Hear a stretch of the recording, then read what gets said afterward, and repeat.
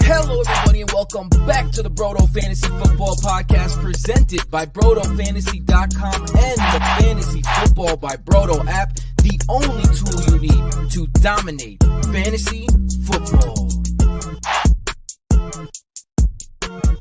Like, share, subscribe, download that app. As always, it's all free. Click that bell for notifications. We are back, week 15, Crunch Time Live. You know what that means, fantasy football playoffs. I'm your boy at PsychWardFF, the host with the most, get your league mates smoked. I'm with my boy, as always, Themi at Gridiron Greek. I can't really say as always because I've kind of been missing the last couple of weeks, but we back. Back in the saddle, back to get into these fantasy football playoff start, sit questions. Going to hop through some breaking news, some injury notes, some sleepers and busts, some content plugs, as usual. Y'all know what it is. Hopefully we got the regulars back in here. Always good to see the boys kicking around and the girls, of course, and the adjusted. We're looking towards getting everybody into, their fantasy championships. We got a first question in here already. How you doing today, Themi? I'm doing good, man. Sleeping like terribly right now, but I got up in time. I'm living a rough sleep life right now. If you can't tell from the poor bags under my eyes and all of this nonsense, I actually look like I'm in the exact same room that I'm always in, but I'm not. I'm at my sister's place right now. It just also happens to be a white wall background, so we got that rocking. DJ Suspense V1 with the first question: Rachaad White or Jerome Ford, full PPR. I'm going to lean Rachaad White pretty heavily here. Starting to see that rushing production kind of click as well. The ceiling of his passing production is always going to be there. Chris Godwin regressing a bunch, both in like target totals and routes run. Rachaad seems to be steadying out that reception total. And then, of course, Mike Evans handling that role as the wide receiver one. Knowing Themi, I think he's going to agree with me. But if you have any differing thoughts with the matchups or the true matchup ranks, let me know. No, I mean, when you look at the true matchup rank and just the matchup in general, they're both pretty good. They're both pretty solid. The Giants were kind of running all over the Packers. We know that the Bucs could probably do the same, especially if Jair Alexander is playing. Just kind of force them because. But I think that also kind of limits them if they can't throw. I know Rachaad White's like a playmaker, but man, the thing is, Jerome Ford is like consistently an RB2. Whereas Rachaad White is like consistently like a high-end RB2, low-end RB1 with like RB like top 5 RB like potential. And I think this is still like a very good matchup. I think Jerome Ford could go off at any time, but it seems like he just hasn't. So I'm gonna go with White here. Yeah, and I think that's like the fair thing is the ceilings, all in a vacuum. The ceilings can, be arguably a top 5 fantasy running back on the week, but the floor is definitely much safer with Rachaad White, in my opinion. And going fantasy playoffs, like we're gonna obviously reach and search for that ceiling as much as possible. But you also want the safety of what Rachaad White gives you, I think, in that floor. Mm-hmm. Charles Kearney, one of our regulars. I did a good thing, started the Raiders, and a bad thing, benched Addison and Chandler. Yeah, like I'm in a 14-0. Now I'm a little roster baiting here. Bear with me. 14-0 dynasty league. It's taken a long time to build here. Trust me, a lot of winless seasons to get here in this exact peak window. But a 14-0, and I have Addison, Josh Palmer, and Ty Chandler all on my bench. And that kind of hurts. So I'm in a very similar position here, Charles. You have a 4-point advantage. That's good to hear. He has 2 players. He's had 2 players play, and just my defense and special teams has gone. Who's the RB2 here, Mitchell or Connor? I'm assuming that's Keaton Mitchell. Yeah, I'm trying to. It can't be. Could it be Elijah Mitchell? Because he clarifies because he saw Connor listed on busts, so it could be like. Do you want? Keaton Mitchell would actually make more sense. Do you want like the high upside player, a guy that we think is a bust, but maybe more like consistent in terms of touches, I guess? So definitely going to be a higher opportunity share. I think that's kind of undeniable. Yeah. Oh, he says Keaton. Okay, Keaton Mitchell. Yeah. Yeah. All right.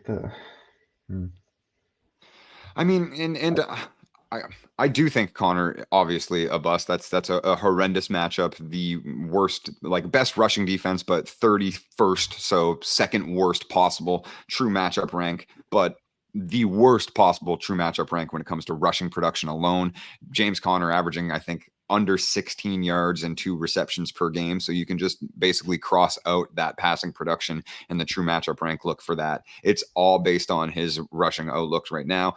And even the addition of Michael Carter, although not being like anything noteworthy for fantasy, has obviously in a real life perspective started to eat into James Conner's workload on third downs and in passing situations in general. With that said, I don't see the Cardinals being in a position where they're just going to grind the clock out with 25, 26 James Conner rush attempts that will lead to the 90 yards and the potential increased opportunity shares in the red zone. If the Cardinals even want to keep this game competitive at all, it has to be through the air. Which obviously Kyler back has looked capable of doing, but also has had some, like his 4th game of the season, right? So there's going to be some ups and downs with Kyler still. Keaton Mitchell obviously is going to give you a very big play ceiling that I don't think that Conner has, and inarguably a better matchup. I'm honestly going to lean Keaton Mitchell. I'm looking at the true matchup rank right now, and so they're playing the Jaguars. They're 14th in true matchup rank. When you break it down between rushing and receiving, it's like a very big difference. So 28th for purely rushing, which is essentially what you're going to get out of Keaton Mitchell. Like you might get a target or two, which is concerning because like then it basically makes both these players kind of very similar for me. Like I do think Keaton Mitchell can overcome a very tough rushing matchup and get like 30, 40 yards on very limited touches, which he's done. But then it's like about like, does he score a touchdown? He has 2 red zone rushing attempts. Obviously, we know that he does get like big plays. Like that's where you kind of rely on him. But it's like, do you want to trust a guy who's gonna get more like of a workload, more low value touches? Yeah, are we trusting the guy with more low value touches or the guy like because I do, although it's not like a sticky receiving ceiling, Mitchell obviously, in open space is the better player here, and that can come on receptions as well. So like the big play threat, the upside, I think kind of lies with Mitchell, but is Conner going to get enough of those low volume touches to kind of, I guess, outweigh that? I'm not entirely sure on it, specifically because what I think the game plan is going to look like. The Cardinals have been sneakily competitive in every single game. It's like they want to, like Gannon wants to keep that job, right? Like he's like, look at what I could do, but I'm not going to win enough games to fuck up our draft picks. Like, yeah. So the last time these teams played was week 4. So obviously Joshua Dobbs was obviously still starting. Conner ran 11 times, 52 yards. He didn't score. He got targeted twice, and he called one of them for 4 yards. So he was the half PPR RB 37. However, I do think that this offense could look better under Kyler. The only issue is like the 49ers look a lot better than like early season 49ers, even when they were like still kind of dominating. Now they have Chase, like they're deeper and healthier than they were then, and obviously like the experience of gelling as a unit, like it's them and the Browns for me. Like those are the 2 best pure defenses in the NFL right now. I think you're gonna say teams. I was gonna say the Browns aren't the best teams. No, just defenses, but yeah. Okay, yeah, fair enough. Man, everything in me wants to say Conner, but I think Mitchell makes more sense, like for breaking off a run. Like the Jaguars have kind of looked like they've been trending downwards a little bit in recent weeks. Big time. I'm gonna slightly lean Mitchell, especially if it's like half PPR, like standard. Because I do think Conner could get up to like 4 or 5 targets, even though he hasn't really been that kind of guy. Not to take like too long on this one, because I see Big Will in here. I'm always appreciate you coming in, Big Will. But there is a little bit of a game theory to be said too, because you are chasing floor versus ceiling here, and with that 4-point advantage, like you can almost discount Conner by 4 points. Not that you should ever like play with that mentality, but that's like really what you're like. Does Mitchell have a 4-point gap in ceiling? And I absolutely think so. Okay. Yeah. I mean, I do think his ceiling is tremendous. It's just like it's almost like I don't want to compare him to Achane, but like it's like we haven't seen it in recent weeks, but it doesn't mean that it's not there. I mean, and it is like I think almost a better comparison, or but it's still impressive in smaller sample size. But it's like Chase Brown. Like that's Mhm. the 10 touches that you're getting are enough. Yeah, I wish I had like statistics on like explosive play rates allowed, because then that kind of like maybe push me over the edge. But whatever. I think Oh, I would eventually love. I mean, if anybody brings those into the chat, I'd much appreciate that. Yeah. Good morning to you as well, my brother. He needs to start 2 QBs in a super flex between Mahomes, Purdy, and Tua. Finally, not a bad question for the first time all season. He's actually stacked at QB. Well, and we know that you've got good teams. Well, like you make the playoffs, but these tough questions that you drop on me are always going to stir the pot a little bit. I'm honestly like, I think I'm in a position right now where I kind of have a similar, but it's Josh Allen, Purdy, and Tua, and I'm putting Purdy in over Tua and starting Josh Allen, which would, I guess, be your Mahomes, type. I do think that right now against the Jets, banged up Tyreek Hill, Tua also kind of regressing, them having 0 wins against teams with above 500. Like I'm a little nervous on Tua for the fantasy playoffs in general, this week being the most nervous against arguably the best secondary in the NFL, and a team that is allowing negative points over average to passing production specifically. Tua doesn't really get it done on the ground. Purdy having the best possible matchup against the Cardinals. Obviously, you're going to plug and play him, like a dump off to Christian McCaffrey, a dump off to Brandon Ayuk, and shovel past to Deebo Samuel, and now we have 300 yards and 3 touchdowns from Purdy. So I think Mahomes is somebody that, although not living up to his Mahomesian potential as the QB1 overall, you're not benching him for Tua in this matchup. And then Purdy definitely gets the edge over Tua in my rankings personally. Yeah, I'm gonna have to agree with that. Unfortunately, I do think Mahomes has like bust potential. Not Yes. bust potential, but like he's gonna continue to have he like does. these kind of middling games. No, I mean, listen, the Patriots secondary, like it can be very beatable. Like Jalen Hyatt had like 100 yards, I think, against them. He went crazy Yeah. against them. But at the same time, like Bill Belichick can still like just shut down anyone. And I agree with what you said about like Purdy and Tua. Like, do I think that they could just run all over the Cardinals? Absolutely. But I also think like they're going to run up the score like they have. Brock Purdy has an MVP case to make. They just want to keep scoring apparently, because like you can't really stop them. It's still a 3-way, like if all teams win again, like it's still a 3-way tie for the lead in the NFC East, right? So they also need that like point differential in case it comes down to them having a similar win-loss, or what do they call that? Win differential, and then it goes point differential and tiebreaker. Like, so yeah.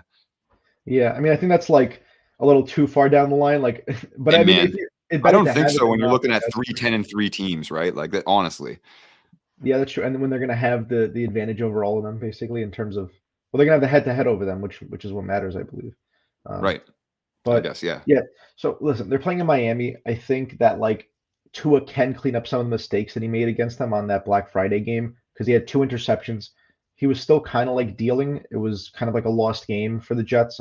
That like pick six at halftime, like it kind of sealed it. But like when you look at the final score, Tua really didn't do that much. He was like no, he was actually a QB3, I believe. He was the QB 26, if I'm looking at it correctly. I thought 25, depending on, I mean, maybe, but yes, but Yeah, either way. yeah. So Outside of the top 24, that's for sure. yeah, and Jalen Waddle had like over 100 yards. He was going crazy. Tyreek Hill wasn't going that crazy.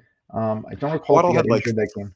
I think Waddle actually had like 72 yards. Did he? Yeah. What game was I looking at then? No, the only reason that I'm very specific on this is because I think Waddle's trending down. He had 114 yards in that game. Not last week in the Jets game. Oh, my bad. You're right. Sorry about that. I don't know if I clarified, but yeah. No, that was just me mixing up stat lines. You did clarify. But it does look like the Jets secondary really like is just clicking. Against like these divisional opponents, they just seem to frustrate them. Like Josh Allen, Tua. I think it's more so Josh Allen just because he's more prone to these mistakes. And it's also like a very limited sample, so like who can say for sure? But man, I'd rather take a shot on Purdy just dropping like 4 touchdowns again than Tua trying to like beat this team with possibly not his wide receiver one. Right. Yeah. And I think we're going to be both in agreement with that. And I would be remiss if I didn't tell all the Twitter, X, whatever you want to call the URL joiners, that we don't see your comments on the StreamYard live. Unfortunately, we only see them on like Facebook and YouTube. So hop into one of those channels as well and get your questions in.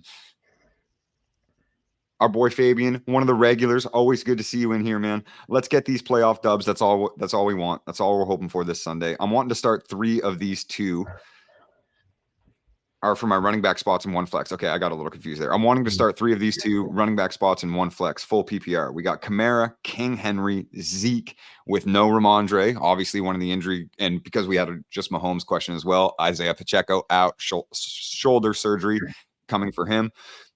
Zeke with no Ramondre, Jerome Ford, who we touched on a little bit with that matchup, Zay Flowers, Tyler Lockett. So that is a wide array of fairly good options. And we can fit in 2 running backs if we wanted to and start 3 running backs, I suppose. But I'm kind of liking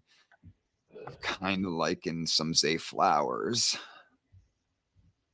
I think I'm going to start. I mean, I think Kamara's a must start. Even how bad it's been looking, I don't think it's bad enough. I have to start Kamara here as a running back start. King Henry kind of seems like that as well. Like Zeke trending up incredibly with no Ramondre, and if Bailey Zappi gets another start, check down City. Like you have a wide array of riches here, and it's going to be very difficult because obviously these are the most crucial start sits. But Kamara, I'm locking in. I want to hear Themi's thoughts while I break it down. I legitimately think I'm just going to go with all 3 running backs, to be honest. I mean, yeah, I like that. I don't know if it was you or maybe it was Tim who had Tyler Lockett as their wide receiver sleeper this week. Is that you? Hands up, yeah. Okay. So, listen, I think both these wide receivers could do great. I have no problem with that. But I think like the guaranteed volume in mostly pretty good matchups for these teams, for these running backs, is like it's undeniable. Like, okay, even if Kamara like doesn't get that much groundwork, like he rarely does. And it looked like Jamal Williams was kind of getting into the mix last week. I don't know if that was like just like isolated moments that I was seeing, but it kind of seemed like he was kind of getting back into it. Regardless, Kamara's going to be like the guy. I think the Giants are going to run on the Saints like pretty easily, so they're going to have to keep, getting down the field. And if Olave is hurt, then it's like you might trending towards not playing. He'll be a GTD, a game time decision. Yeah. And as far as our favorite beat reporter, I'll speak for both of us, even though he may not be yours, Nick Underhill, the best beat reporter in the game. I love Nick Underhill, yeah. He's 100% confident was his quote that Olave will not play. Dang. All right, I got to switch out some lineups then. But then you go to Derrick Henry. I mean, like, I'm not benching Derrick Henry under any circumstances right now. Like, he's proven himself. This could be a game. It's December Henry season again. Every year, man. And it's like, okay, Stroud is probably out. Nico Collins is probably out. Noah Brown, I don't believe is. Oh, he might play actually. Trending towards playing Noah, but on the questionable tag as well. Yes, you're getting in a lot of the injury things I wanted to bring up. So keep going. Yeah, Tank Dell has been out for the season, basically guaranteed. So like game script probably going to go in their favor. I mean, listen, I'm not going to say like Davis Mills and his giant neck aren't going to be able to do anything, but I wouldn't bet on it. Like the Texans look very beatable, and it's like without Stroud, who's going to be the offensive rookie of the year, who has an MVP case, even if it's a slight one, he has an MVP case. Like Derrick Henry's going to have positive game script. They're going to run him like 25 times. Like I can't see why not. And then when you go to Zeke, man, he was okay. He didn't perform that well on the ground given his touches, but like I don't think anyone expected that. But his receiving work is very, very good for a floor. He had like 7 or 8 targets. I think he caught most of them. Yeah, he had 72 yards and a touchdown against my Steelers. 72. Yeah. Yeah, that's crazy. I mean, they also don't have any linebackers, so like it's not that hard to do that. But the week before against the Chargers, okay, he ran 17 times for 52 yards. He had 4 receptions for 40 yards. Like that's a pretty solid floor. And then like if you start pushing for like a touchdown, which I think is entirely possible, I think the Chiefs' run defense must be like their weakness. I gotta see in true matchup rank how they're looking in terms of that. I would say probably not with Nick Bolton and Chris Jones anchoring that sucker, but I would be incredibly surprised to find out. In terms of RB receiving, they're actually the hardest matchup. But in rushing, they're 11th. So, but still, I think get a decent floor in terms of receptions. I don't know if this is full PPR or not, but If it's Yep, any full sort PPR. of okay. Oh yes, okay, I see it now. Yeah, I'm going with the three running backs. I do think Zay Flowers or Tyler Lockett could go off this week, but man, I think like you get such a great ceiling out of these running backs too. Like you can get 20 points easily out of all of them. Yeah, I think honestly, I think I'm going to go with you there too. And as much as I really do think that Tyler Lockett is kind of the overlooked asset in that Seahawks offense for an Eagles defense that is like hilariously juxtaposed in being one of the better rushing defenses and literally the worst secondary in the NFL. But that also kind of is like you can make stats say anything. It reminds me of the Saints of the past where they, would only allow 65 rushing yards a game, but 320 passing yards. It's like, well, why would we run on them when we can just dink and dunk for, Yeah. 42 points in that Drew Brees era? So it's kind of like a disingenuous stat when you look at that Eagles defensive strength being the rushing game, but it's just because of how bad their secondary is. With that said, I like Tyler Lockett a lot, probably lean him a little bit over Zay Flowers, but I think it's in the right order. Like I want Kamara, King Henry, and like I said, I think Zeke over Jerome Ford, and that's where I would get a little closer to the Zeke Lockett, but it's still probably Zeke for that safety of that ceiling. And like you said, the ceiling has been, or the safety of that floor and the ceiling has been very legit as well. Appreciate you. Thanks in advance. With the news of Hurts, meaning Hurts, if those that don't know, is diagnosed with some flu-like symptoms, do we have a pivot in my Superflex? Stafford now being the QB1 and I believe that's the Monday night game, is it not? The Eagles game. Oh yes, it's Monday night. Yeah, so that's going to put you in a really tough spot unless Geno Smith is on the waiver wire or Drew Lock is on the waiver wire. Like that would really be the only pivots you could. I guess if you have like Tyler Lockett, DK. I mean, those guys are going to be starting in your lineup most likely anyway. But if someone like that is on the bench, you potentially there's a pivot there. But obviously, you're looking at reduced floor, reduced ceiling, even when you are talking about a guy like Drew Lock. I think you just let it ride. He's reportedly looking like he's going to play. He's just on the injury report because of the illness. They have to declare it, right? Nobody wants to get those $1 million fines from the commissioner. So I think you just let it ride. And then if a pivot is necessary, obviously you just have to search for the highest upside player on either one of those teams. Hopefully that would be Drew Lock off the waiver wires, in my opinion.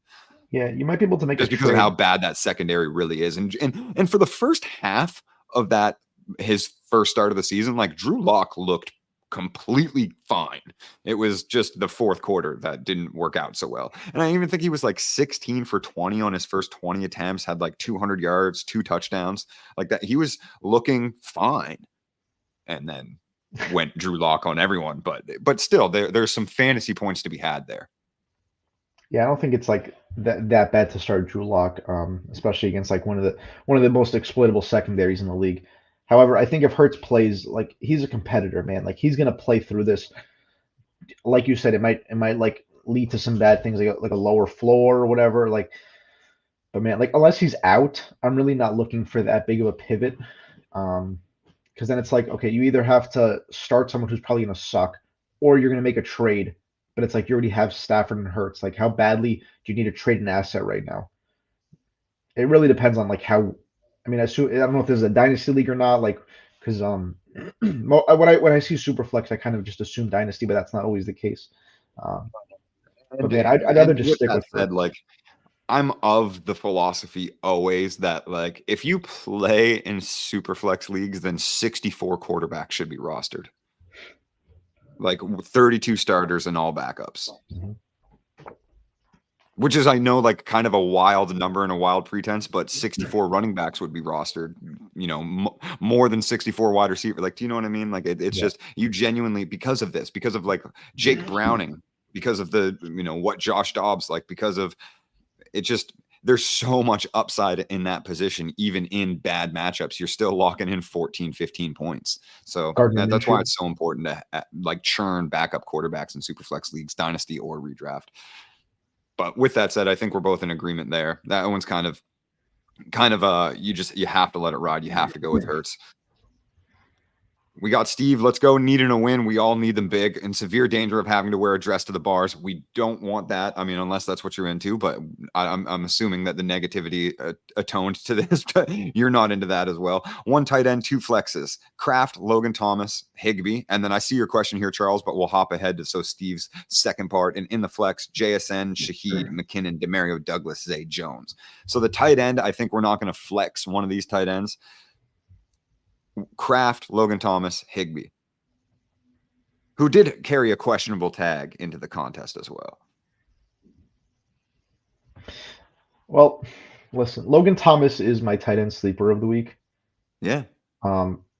Is he a However, strong enough sleeper to go over a guy like Tucker Kraft? that's the issue I'm kind of having.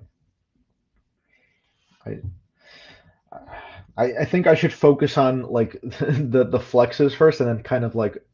All right, let's double Like, back. lead Let's into both do that then. So we got to pick 2 flexes here: JSN, Shaheed, Jerick McKinnon, Demario Douglas, Zay Jones. Jackson Smith and Jigbo did lead the team in targets, but that also came with a DK Metcalf ejection. And he didn't do really jack all with a team leading opportunity share either. So one of our, Themi and I always pair up for the rookie report. And one of our rookie disappointments of the week was JSN, clearly. I like Rashid Shaheed a lot sans Chris Olave, to be honest. There's just a great big play upside in every single target with that kid. And then if you start increasing that target ceiling with a guy like Chris Olave leaving the lineup, I genuinely think Rashid Shaheed is a good flex option. I would start him over JSN and McKinnon. Demario Douglas and Zay Jones is where it gets pretty interesting. I think Zay is really boomer bust. Demario been seeing a lot of good work recently, though. He's basically become like the wide receiver one ever since Kendrick Bourne went down. Exactly, yeah.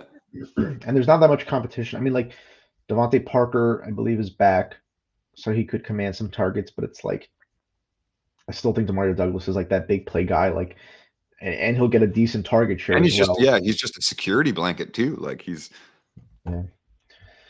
I mean, listen, like even in like bad matchups, he's getting like 7, 8, 9 targets. Like he's still waiting on his first touchdown. So I mean, like if this is Jacoby Myers, bro, like it's just like he's just Jacoby Myers. Like it's kind of ridiculous, but yeah. Yeah, I think I'll go with Shaheed and Douglas here. Slightly kind of want JSN, but I also feel like it's such a good matchup, man, that I get it. I kind of want JSN as well. And he is one of those guys that I'm gonna have to like not necessarily adjust the process, because it's not, we have busts, we have outliers. I certainly don't think he's a bust, but more so like I'm going to be still fairly high on JSN because of all of the highlight flashes, like even the touchdown that didn't happen. Like, there's so much that looks like he's still the kid we fell in love with in college. Obviously that year one numbers aren't going to be great, but there have been a lot of guys that have broken the not great year one wide receiver mold as well. So, I'm going to adjust obviously lower on him. I have to be, everyone has to be. You can't hold that value as high as it was, especially when guys like Tank Dell have shattered rookie dispositions and records. But all of that said, I think for this week matchup, like I really like Shaheed with no Olave, and I'm leaning Demario Douglas. There's more safety there than there is with JSN. Absolutely. Yeah. So now we're doubling back. I've kind of thought about it the whole time while you're talking to. Like I'm gonna go with Tucker Kraft a little bit, but I think Logan Thomas is finishing as like tight end 10. Yeah, the issue with Logan Thomas is like he doesn't get that many targets relative to how much Sam Howell throws. Right. Well, nobody does. It's very strange in that offense. Like Terry McLaurin does get a lot of targets, but in terms of yardage, like it's very spread out. Like disgustingly spread out. He doesn't have anyone. I think I was looking at Terry McLaurin's like 38th in receiving yards, which is crazy because I think Sam Howell still must lead the league in pass attempts. I don't know if that's ever happened with a quarterback to throw. No, he's going to break the NFL record for pass attempts in a single season by the looks of things. I think I was trying to like see like what like his pace was, and I think he would be a little short. Okay. But I could also not remember if I even did that correctly. No, I trust you. But the issue with Logan Thomas, aside from that, is that like he just doesn't get that many targets in the red zone. It's I think it's mostly Jahan Dotson, and then it must be either Terry or Curtis Samuel. He just doesn't get that much work in the red zone. He's a move the sticks guy for them for sure. Yeah, but this is the best matchup by true matchup rank. I wrote a lot about it in our sleepers and busts column. I would still lean him over Tucker Kraft. The only issue is I think Tucker Kraft might have a better chance at actually scoring. Mhm. But I'd rather take a shot on Logan Thomas. But I see where Tucker Kraft is like also a pretty safe option in like not that bad of a matchup. Like it's decent. Yeah. Yeah. I mean, I think we kind of covered all the bases there. It's going to be one of those coin flips for sure. And I think those two guys over Higbee are definitely where you should lean. Heading into Charles's question that we kind of glossed over to get into Steve's two-parter, but we're looking at needing all of the upside he can get. Is it Taysom Hill or Njoku at tight end with Dorian Thompson-Robinson getting the start for sure, right? Flacco's on the practice squad again. I will have to double check that. I probably should have looked into that one first because, man, if it's Flacco, I'm thinking Njoku is the high upside here. No, it looks like Joe Flacco should be playing. Good. They did move him back to the practice squad. They must have done it. I think they have to. That's like you can do it 3 times now, I believe. Right. Right. And obviously they want the open roster spot for, I get it. Yeah. So, I mean, I kind of like Njoku then. I genuinely do. He's been killing it with whoever is at the quarterback for the last, I think we're looking at a good 5-week sample size now. But with that said, like Taysom Hill is the role that they signed Jamal Williams to have. Jamal Williams getting that hamstring injury kind of removed his ability to even take over that role because they just had no choice but to hand it to Taysom Hill as the big-bodied goal line, short yardage back. And what Taysom can do in that role is also much trickier to defend than what Jamal can when a quarterback is handing him off the ball. Like you're looking at Taysom getting 6, 8, 9 rushing attempts per game. It's every game. It's not some inconsistent game plan. Like, is it the right position? No, they're just letting him run the ball when they need those yards. And, there's not going to be any targets attached to it. Maybe one pass attempt if you're lucky. But with that said, like I like what Taysom brings to the table for a tight end floor. It's undeniable. You're not getting 50 rushing yards anywhere else. But PPR attached, point per reception, like I kind of think Njoku is almost undeniable as a top 6 option right now. Yeah, I think technically like Taysom Hill would have the absolute most upside. However, we just saw Njoku go absolutely bananas the other week. There's so much upside attached to Njoku right now, but and it's like Taysom has 25 points in his back pocket at any given Sunday. Yeah. The issue is like I can't even use like traditional statistics or like even like some advanced ones for Taysom Hill because he's not like a tight end in the sense that like you just pass to him. It's like he runs way more than he receives. Like you said, he might have like a pass attempt or two. And it's like, okay, the Giants are the hardest matchup by DVOA, or like they allow the lowest DVOA to tight ends. However, that's like a 99% going to be receiving value. So it's like I can't even use that. Okay, they're one of the toughest and true matchup ranked tight ends. I can't even use that because it doesn't apply to Taysom Hill. They're a terrible run defense, which feeds right into Taysom Hill's hands. However, they still don't know how like much we're gonna see him out there, because it's like even in his best matchups, like okay, he gets like a touchdown or two, which isn't like anything to like scoff at. But I think Hill is officially out. Sorry to interrupt. Whoa. Okay, I mean that was kind of expected, but like to actually hear that. And so is Olave. So there we go. Dang, man, this is a rough week for everyone. Man, Nick Underhill's a G though. He like knew that before the team did. He must have been talking to Chris himself. He like snapped his ankle off. Oh man, now I'm kind of selling myself on Taysom Hill.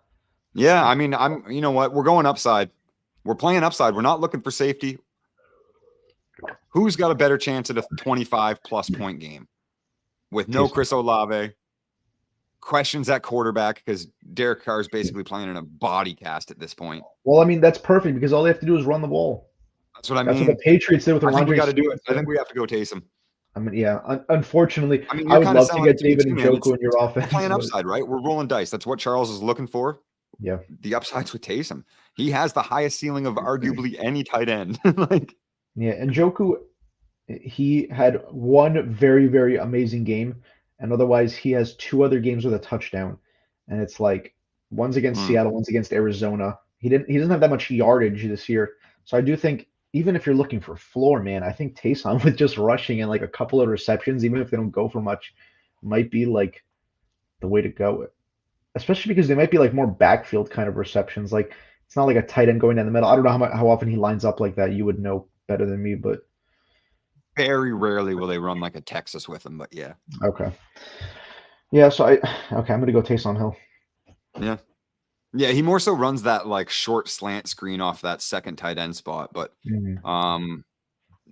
yeah, I think genuinely we're chasing ceiling and we're rolling dice, and then yeah, we have to. Fabian with his second one for his other league. He needs to start 2 of these for the flex spots. Full PPR. DJ Moore, yes. Jerome Ford or Chris Godwin. Jerome Ford. Yeah, I'm so like I've never been like a player hater. You know, don't hate the player, hate the game. But like facts, legit for fantasy football. Don't hate the player, hate the game. Like, I've never been a player hater, but there's been very few players, at least over like the last couple seasons. And yeah, I get it. He had a good season with Brady, but like I'm very low on Chris Godwin. I genuinely don't think he's that good of a football player. Like I genuinely don't. I think he's a very mid wide receiver too. With all of that said, that is coming into fruition when the team has downgraded from 687 pass attempts to only 420 some through 14 games. Yeah, now you're seeing the ceiling. 1 top 16 finish this season. Thanks, Godwin. I think Jerome Ford has a safer floor. Absolutely. That's inarguable than Godwin does. Maybe a little bit of a lower ceiling, but I'm going to go DJ Moore because that covers my upside, and Jerome Ford, lock him in over Godwin. Yeah, absolutely. Chris Godwin had 10 targets last week. I'm sorry, 11 targets last week. That was his most since the last time he played Atlanta, which was October. And in both games, okay, last week again, Atlanta is a great matchup for like receivers. He had 5 receptions for 53 yards. Okay, that's 10.3 points in full PPR. That's solid. You're not going to be like, I regret starting him unless you had like a better option on your bench. But no upside there. When you look at overall finish, you probably did have a better option on your bench. Very light. I mean, even the waiver wire, like, yeah, right. Like Demario Douglas might have been available for you. Finish. Like it's still, yeah. And the last time he played Atlanta, 12 targets, 6 receptions, 66 yards. He has 2 total targets this year. One was the week before against Carolina when he ran for a 19-yard touchdown. He just hasn't been doing anything for you. Jerome Ford might not offer like RB1 upside on any given week, even though he like absolutely should. I'm not sure if Kareem Hunt is actually playing, but it kind of seemed like he was trending downwards. But regardless, Jerome Ford's like almost an RB2 every single week. I'd rather start him than try and get the best game out of Chris Godwin, which he hasn't shown us. In not that great of a matchup. It's a running matchup. Panthers secondary is pretty good. Yeah. Oh, I mean, absolutely. Like that's the only good. So, yeah, I think completely agree and covered all angles there. Good to see you in here. Good morning, fellas. Biggest week of the season, week 15. We all know it. Terry McLaurin or Devin Singletary. It is half PPR. We were talking about some of the upside that was in that pass catching matchup with the Commanders players. Devin Singletary has kind of, I think the sample size is big enough in the second half of the season to say that he's overtaken Dameon Pierce, even though Pierce is still a thorn. They're both thorns in each other's side, I suppose, for opportunity share ceiling. I think I would still go Terry McLaurin. Yeah, I like Terry. I like Terry here. I like Terry here. I think the matchup's obviously a little bit better. Singletary still has some good receiving work that we're seeing that's become a little bit more stable. But with that said, like Pierce is going to get touches. He's going to get opportunities in the running game. Singletary, not much of a big play guy. He's kind of more of a, like, I don't mean change of pace when I say this, but like a pace back. Like he needs those touches over an elongated period of time, and then he'll break off 16, and then he'll break off 17, and then he'll break off 10 for the touchdown. Like that's kind of who Devin Singletary has always been. And that's why you saw such great highs in that Buffalo offense and so many consistent lows when they couldn't find him more than 10 rushing attempts a game. I like Terry McLaurin here in that matchup. I think that's who I'm leaning in a half PPR format, especially, even though the targets have been so spread out on that offense. You're still looking at 5 or 6. Yeah, last week against the Jets, Devin Singletary had one of the best rushing matchups in the league. Now he gets one of the toughest rushing matchups in the league. Toughest. Probably going to be playing from behind, which could play into like his receiving like workload. Like when they played the Jaguars, he had 7 targets. That being said, man, like it is that like floor good enough? Is that a possible floor good enough to like take over Terry McLaurin, who is going to go up against a pretty bad Rams defense, a game that's probably going to be, if not a shootout, a blowout in favor of LA, where they're going to have to keep throwing, which is something they've always done. Like they just always throw. Um, you know, man, I just can't start Devin Singletary this week, especially not over Terry McLaurin. Yeah, I think we're in agreement there. Constantine in here, another one of the beautiful regulars we get on a weekly basis. Good morning, fellas. I'm projected to lose by 30 due to playing against Laporta, Gibbs, and Chant. That's so rough. The empathy runs deep in my harmonica pocket. Do I start Swift or a chain to give me a better chance of winning standard league? So once again, it's kind of one of those dice roll. Who has the higher ceiling? Who's the better upside? The answer to that is a chain. Yeah, like especially in standard, especially man, like in standard, where both of you're looking like you have to remove any PPR upside that you see from both of them, and sure, a chain's big play ability is often attached to a little swing pass reception where he's already automatically working in open space. But with that said, I mean he has the highest ceiling of any running back this season. He was holding RB1 overall point per game before the injury. Obviously saw some regression and ruined that average with playing 2 snaps and getting, I think, 0.4 points or whatever before being declared out a week. That'll hurt. But all of that said, a chain gives almost anybody the best chance at winning. If you're looking to cover 30 points, I think a 30-point ceiling from a chain is much more likely than one from DeAndre Swift. Yeah, DeAndre Swift's best game was 24.1 points. It was early when the Minnesota Vikings run defense was still like atrocious. He had 175 yards. He had a touchdown, and he added a little bit like through the air. This is in standard, by the way. So he was the RB3 that week. Even like against the Seahawks, who I believe are like a pretty solid matchup for running backs. Like, let me just double check what True Matchup Rank says. Yeah, I mean, okay, they're like middle of the pack, basically, maybe above average in terms of like a good target. Man, Achan's just going to give you every chance to like score. Like, okay, Swift could like give you a better chance to like whittle down that lead, but down 30 against those guys, I think you do need the home run play.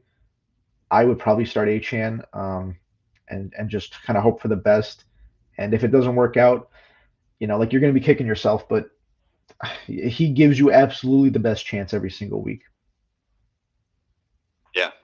Yeah, 100% agreed. And before we hop into the next question, because we got a lot of breaking news popping out, and both of these questions will be relative to that. A chain is officially healthy, no longer a questionable tag leading into the game. Olave officially out, we mentioned. Mac Hollins, as if that matters, but he is out, so maybe a little bit of, increase to nobody, I guess. But Nico Collins also no longer questionable. He is officially out. And Noah Brown, no longer questionable. He is officially healthy for that game. And as we get into the next one, which kind of covers a little bit of that injury news, opponent just lost Tyreek, who is officially out. Does that change anything from the Mitchell Connor question from before? In terms of kind of maybe needing more of a floor play, I guess, in a sense, because your opponent probably doesn't have that great of a replacement for Tyreek Hill, so their projection is naturally going to go down. Man, I don't know, because I don't know how much of a floor Connor offers over Mitchell. Like, it might be a few points, right, but the ceiling, I think, absolutely would increase. The only thing is, like, Connor could sneak in like a goal line carry.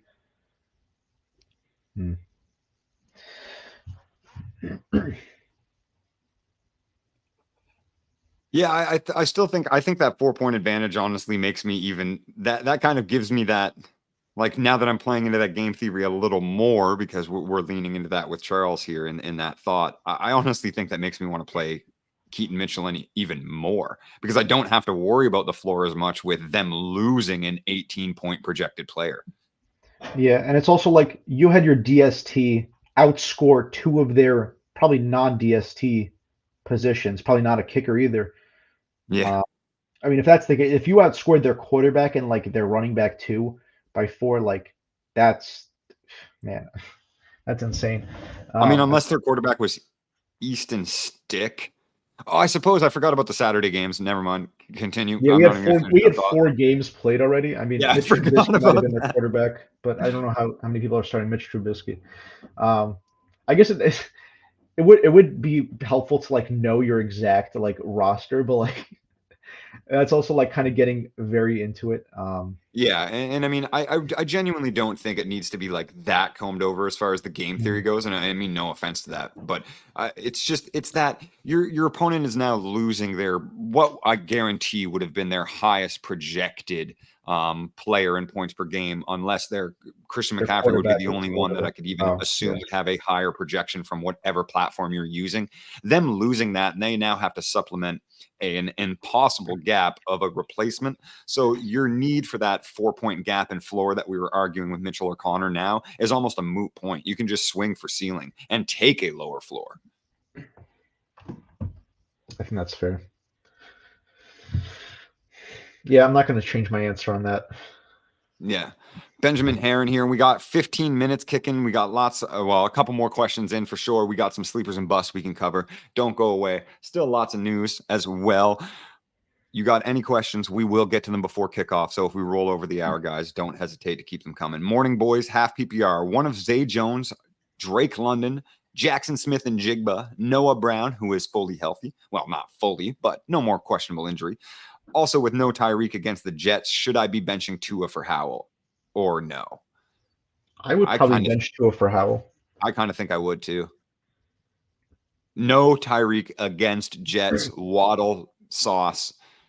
Waddle also my bust of the week because I was rolling the dice one on the the Tyreek injury kind of bleeding into the game in and of itself, and two, like Waddle even in a wide receiver 1 spot or wide receiver 2 spot, like if Sauce were to shadow Tyreek, like you're still looking at like very difficult coverage matchups. The Jets have 3 essentially all pro cornerbacks. So I genuinely don't hate that. I like Tua, and I have to roll with him in some of my lineups because of how high I drafted him and was high on him for this season, and that played out very well for me based on his ADP. But with that said, there's a lot of places where I'm pivoting, especially where I've held 2 quarterbacks or played keep away with grabbing a quarterback stash with all of these injuries happening. Like I have a spot where I have Tua and Dak Prescott in a 1 QB redraft. I'm throwing in Dak without hesitation. Like I know that's a bigger gap than Howell, but any sort of pivot that I have a perceivable top 12 QB, I'm putting in over Tua this week as high as I am on the kid. So now we have to fill in the flex. In a bad matchup, do we like Drake London after what we saw last week enough? Because he's the obvious upside player here. He is the most talented player on this board right now. Yeah. I think I accidentally said that Chris Godwin was going up against the Panthers. I meant that he was going to go against the Packers. But I think we all knew what you meant because you also mentioned Jair Alexander in the same sentence, so you're good, bud. Okay, all right, fair. But yeah, and that's why I was like, it's the only good part of that defense because their run defense is atrocious. Oh yeah, it's disgusting, man. I'm it not shocked been. that Tommy It's DeVito like a ran down the field. Packers thing. Yeah. Man, Drake London, like, can you rely on him in like a terrible matchup? And is that better? I mean, okay, week 1 against the Panthers, he had 1 target, no receptions. But the team also won 24-10 because they probably just ran all over them. Yeah, it was the Tyler Algier's 30-point game. Yeah, so I mean, maybe Tyler Algier is going to have another good game this week. His only other running back 1 game, finally.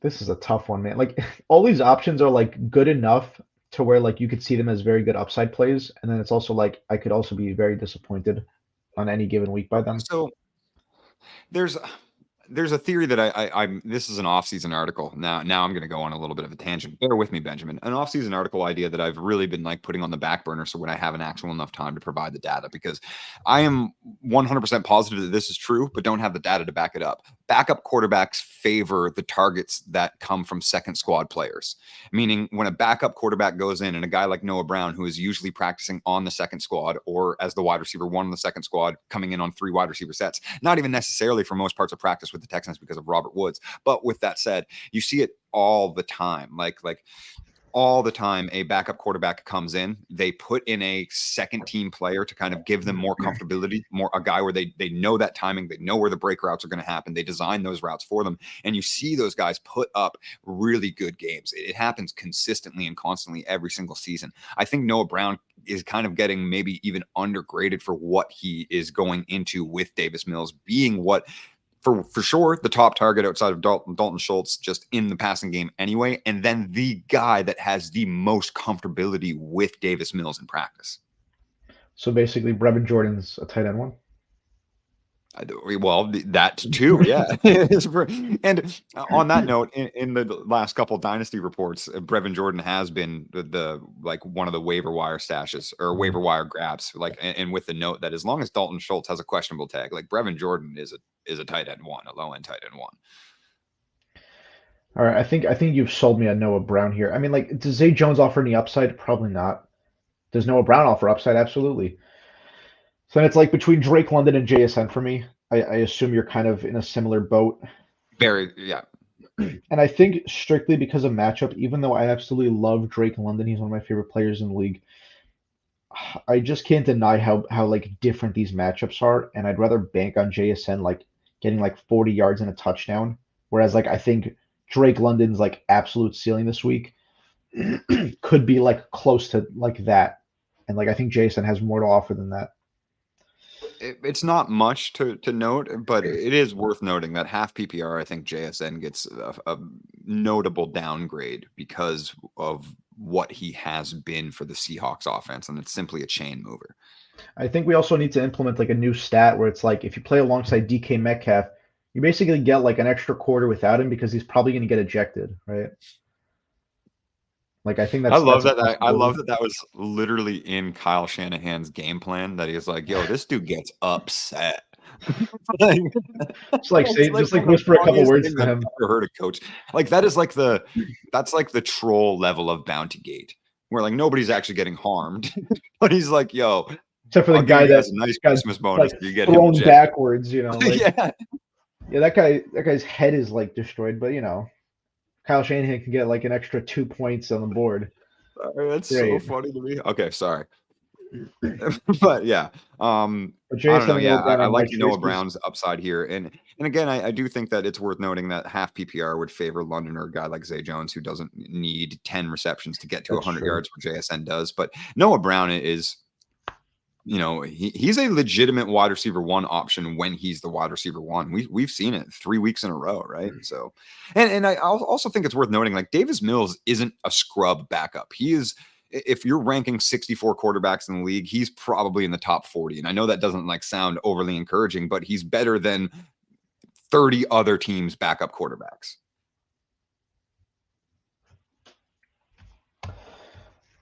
Probably. Nice way to end that one. Strong note. Anticlimactic. More of a DFS question from our DFS guru FF Pulse _88. There was an underscore in there that I missed, but if you guys don't know, that's our boy Clay Jones. Who do you guys like out of Noah Brown, Xavier Hutchinson, or John Mechie? I mean, I think we kind of just covered it, but he's going to be heavily rostered as well, especially with some late lineup switches with the Nico Collins news. Hutch, I think Hutch is kind of just like that. Hutch is a obviously low rostership dart throw, and Mechie maybe even a bigger favorite than Hutchinson for me for that low level roster dart throw. But I also think that Noah's going to fly under the radar just enough that if you have a bit of variance in your lineups, he's the guy that you should probably be throwing in here. Yeah, I don't see why you wouldn't go with Noah Brown here. Like, I literally think it's just like rostership percentages. They're probably going to be above 40s. Like, yeah. I'm trying to think, like, does Robert Woods, like, entice you at all? Yeah, I mean, a little, but it is. I think Woods is also injured. I haven't seen whether or not he's playing. Because I think that slot matchup is actually pretty difficult from what I'm seeing, but let's see, Robert Woods. It's also like, do you want to take a shot on like a slow guy? I don't know like how DFS like the game theory actually works in terms of that. Like sometimes those high rostership guys like Noah Brown actually end up being like the play because like sometimes you get like a little too cute. But it's true. That's You know, I why also that's I also don't know like how like dollar like points per dollar like or whatever statistics they use or like actually work out. But yeah, I think I would still lean no Brown here.